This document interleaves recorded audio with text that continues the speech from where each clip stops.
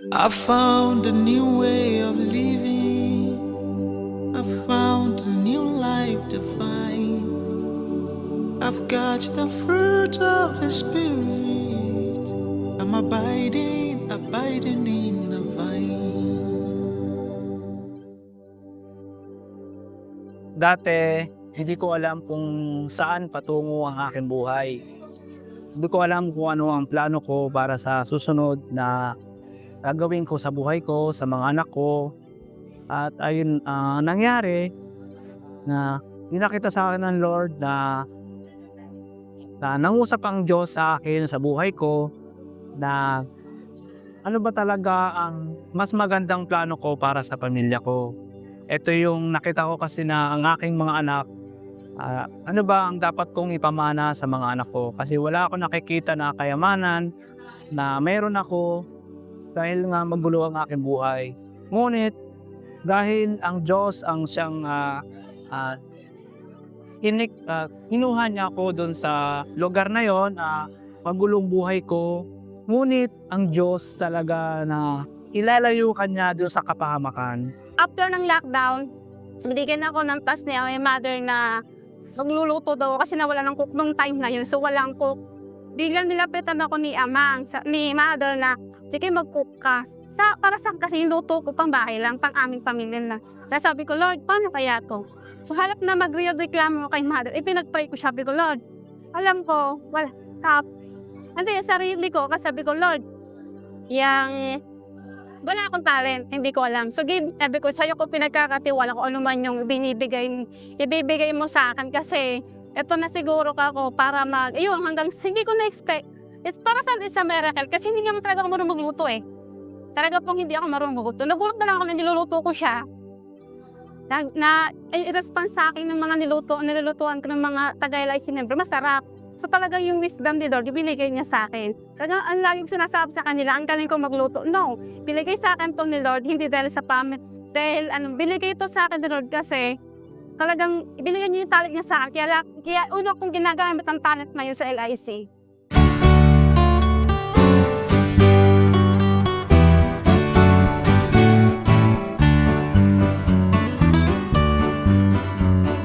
We found the secret of living.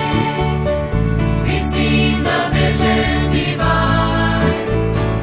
We are of God in Christ Jesus. We're abiding in the vine. Abiding in the vine, abiding in the vine. All the riches of God's life are mine. Praise God, He put us here, never to leave. Oh, we're abiding in the vine. Wala kang magagawa kung wala ka sa Panginoon. Di ba? Amen ba yan? So, ikaw mismo rin ang magdidesisyon kung gusto mo umalis doon sa vine. Totoo naman yun, di ba? Pagka meron kang halaman, sino dito naghahalaman? Ikaw, di ba? Pagka meron kang nakita mga sanga na pinuputol mo, tama ba yun? Kasi ang pangit tignan di ba?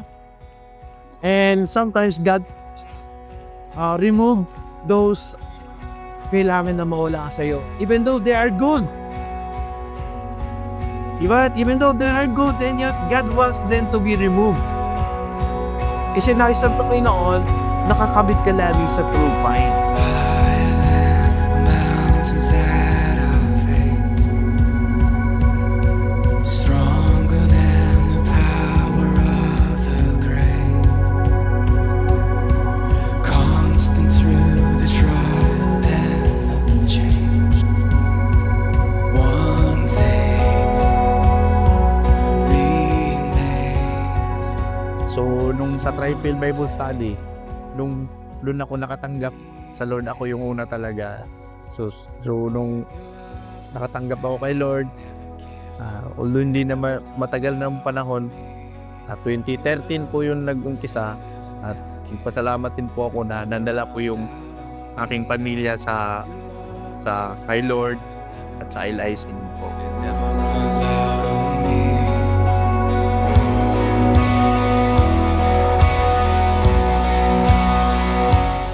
Wala simula pagkadalaga ko, suwayo talaga ako kasi naglayas ako sa amin, yung binuhay ko yung sarili ko. Hanggang sa, wala, paano kung saan-saan ako nagbo-board, kung saan-saan ako nag-ano. Pero iningatan pa rin ang sarili ko na wag maging pariwara. Hanggang sa makilala ko siya, hanggang sa tumira kaming magkahiwalay sa ibang bahay sa Batangas. Tapos nung nandyan na kami sa GMA, doon nagsimula lahat nung nag-ano kasi sa triple hanggang sa daling kami sa Langgam. Ang daming pagsubok. Alam mo, Sister Joyce, na pag yung ayaw ko umattend, ayaw ko. Tatalo kami. Pero dumating din yung time na nandito ako sa ibaba na nasa kadiliman ako na parang kailangan na naging uhaw din ako nung time na yun. Hanggang sa bumalik uli ako, naging ko uli yung cooking ministry, nawala na naman ako. Hanggang sa ngayon, talagang doon siguro ang heart ko sa pagiging cooking ministry.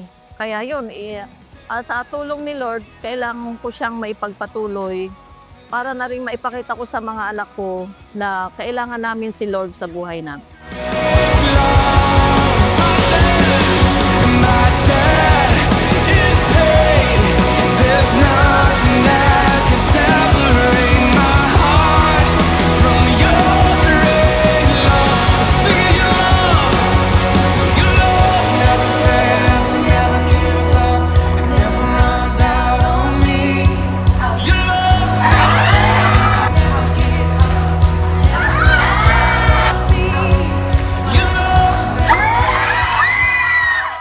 Ikaw palagi ang pinipili ng Diyos na makita ang bunga ng kanyang original plan. Even though dumadating yung pagkakataon na umaayaw ka at hindi mo sinusunod yung gusto niya at pinalitan mo ng sarili mong gusto dahil sa tingin mo mas magaling ka sa Diyos. But still, God's character remains the same. Ang Diyos ay mananatiling nagtitiwala sa iyo. Sapagkat from the very beginning, ikaw ang pinili ng Diyos, even until today, ikaw pa rin ang pinipili ng Diyos in spite of your thousands of millions of failure.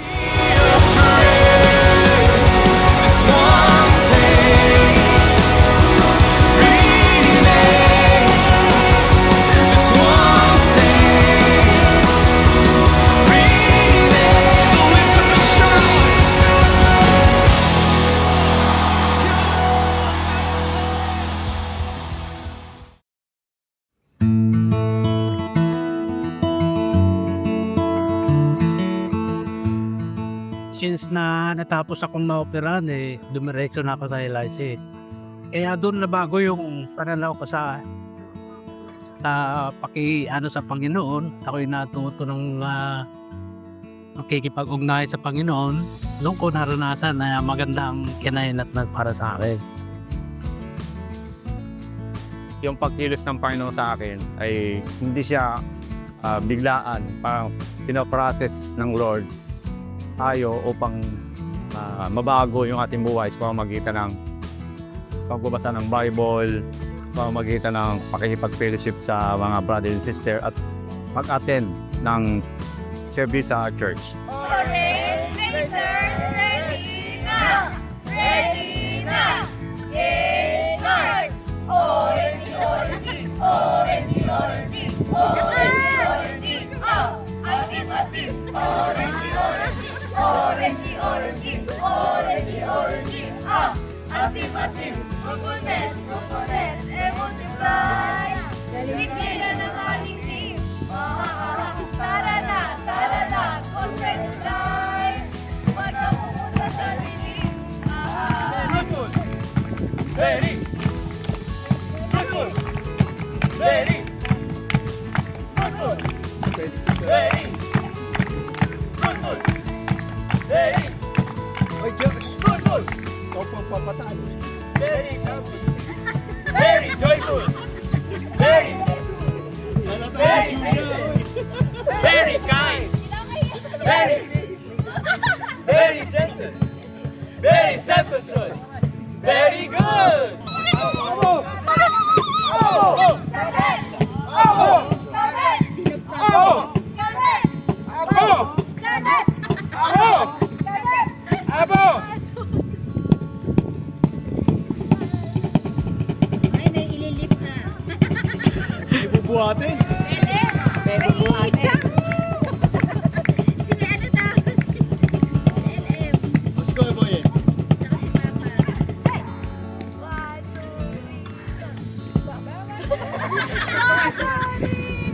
Bawat araw masaya, pag ika'y may self-control, mawawala ng pangangamba. Pag ika'y may perfect peace, peace like success and gentleness, parang isang avocado. With patience, I'll go back to you, parang isang avocado. Avocado, avocado, parang isang avocado. Avocado, avocado. Parang isang avocado, avocado, avocado.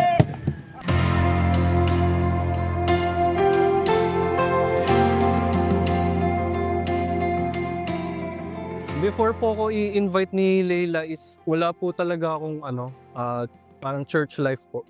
Kasi yun po, nung nag-start po ako mag-attend ng LIC, mas ayun nga po, na-develop ko yung church life, yung pag-gising po ng maaga every Sunday at umattend po at do your best po na makinig sa Word of God at i-apply po yun sa everyday life po. Yung most memorable moment ko po sa Lighthouse is yung na-water baptize po ako. Nung na-water baptize po ako is na parang natatak po sa mind ko or sa sarili ko na bago na po yung buhay ko ngayon, na hindi ko na po pwedeng balikan yung dati kong non-Christian life at need ko na po na i-devote yung sarili ko at maging ready po sa mga challenges as a Christian. Over my life and I think, how could you have been my soul since great is your faithfulness. When I get your love on my mind, I get crazy. Guys, at Center Spring, we was always cherish this truth and firmly refuse to go back. And firmly refuse. Oh, yun po sabi ni Pablo. And firmly refuse sa Tagalog. Ano sa Tagalog ang firmly refuse? At huwag ka nang babalik pa. Hello? Huwag ka nang babalik pa. Saan daw? Into the bondage of past, of our past. Huwag mo nang balikan yung nakaraan. Kasi hindi mo na maibabalik yun. Amen. And all of us came from a dark world. No? Nandoon tayo sa lilim. Lahat tayo na wala pa Kristo sa puso noon. Ang buhay natin miserable. Maraming problema. Maraming alalahanin. Pero dahil tayo ilagay na at dahil si Kristo ang siyang nagpalaya sa atin, we are now in the kingdom of light. Which means light speaks life. I get grateful all over again. My soul sings, great is your faithfulness. Oh, my soul sings, great is your faithfulness. So, yung comeback ko talagang nakaka-amaze si God kasi ang bilis niyang kumilos.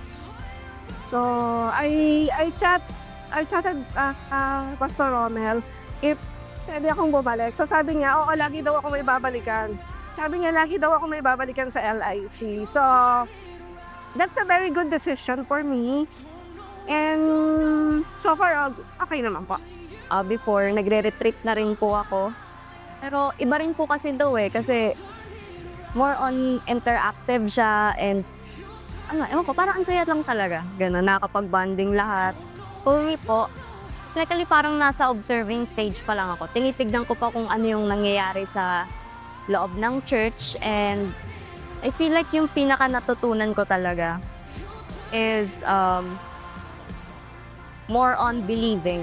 Siguro mahigit 1 month pa lang po ako umaattend ulit ng service. So, parang nagkaroon ng medyo konting direction. May nakikita na akong parang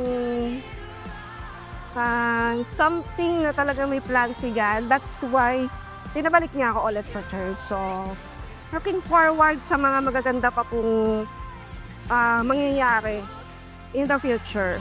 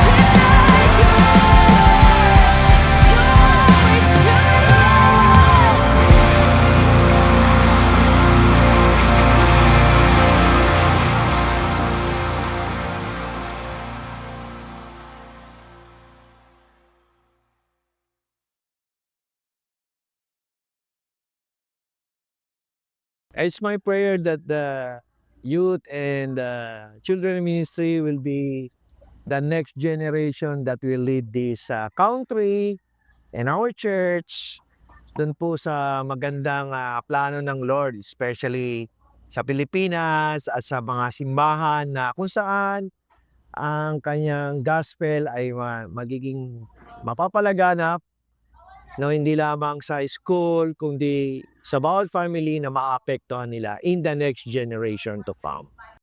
It's my prayer na yung mga ginagawa ngayon ay sa kanilang kapanahunan ay they will surpass beyond what God is saying unto us today.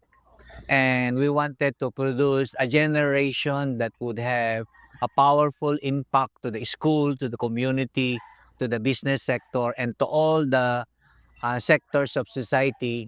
And above all, ay sila yung mga taong ang kanilang lengguwahe ay lengguwahe ng kalangitan, ang kanilang mga awitin ay ang mga musika ng kalangitan, at higit sa lahat, sila ay mga babae at lalaki na lumalakad, na nakikita na ang kingdom of heaven ay tunay ngang dumating na dito sa lupa sa pamamagitan ng kanilang kilos at galaw, sa pamamagitan ng kanilang pagsasalita, at sa pamamagitan ng kanilang mga buhay na kung saan kakaiba sa mundong ito na kanilang dinatnan.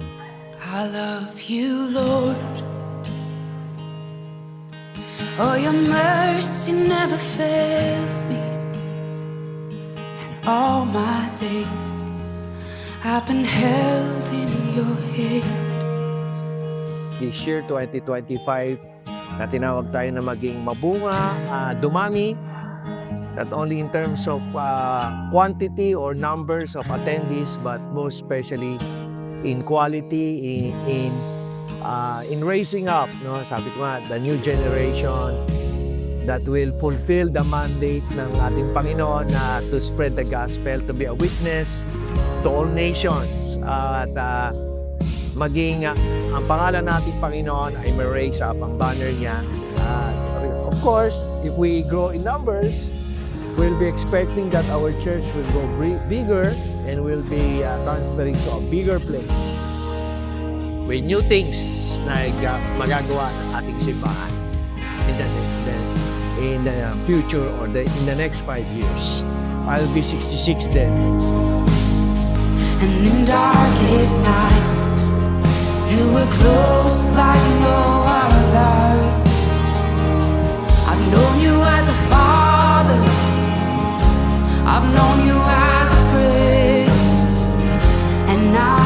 I've lived in the goodness of God. Yeah. Be a tree planted by the rivers of waters that would bear fruit in each season. Kusang mamunga. Usa siyang mamunga and the leaves will never wither. Hindi matutuyo ang kanyang dahon. Mananatili siyang sariwa. In fact, mas lalo kang namumunga dapat habang nagdadagdag ka at nagdadagdag ka ng mga taon sa Panginoon. This is what God is saying. Year 2025 for LIC Philippines is a year of fruitfulness and a year of multiplication. 2025 for Sunday services are now beginning to be jumped up. Your goodness is running after, it's running after me. Oh, 12 years na ako ngayon at nagpapatuloy sa ating Panginoon. At I believe na marami pang mga kaluluwa na madagdag at ang aking pamilya ay madagdag din. Yung mga akong pamilya ng aking asawa. Kaya nagpapasalamat ako sa Lord. Pasalamat ako sa mga kapatiran natin, sa mga pastors natin na hindi sila nag-give up 5 years from now o 4 years o 1 year. Magkakaroon ng turnaround sa Lighthouse International Church dahil yung mga anak ng Diyos na naandoon ay nagtitiwala at naniniwala na ang expectation natin ay sing expectation ng Panginoon na mas mataas pa kasi ina-expect natin. Amen. Amen. every breath that I am able, oh, I'm gonna sing of the goodness of God.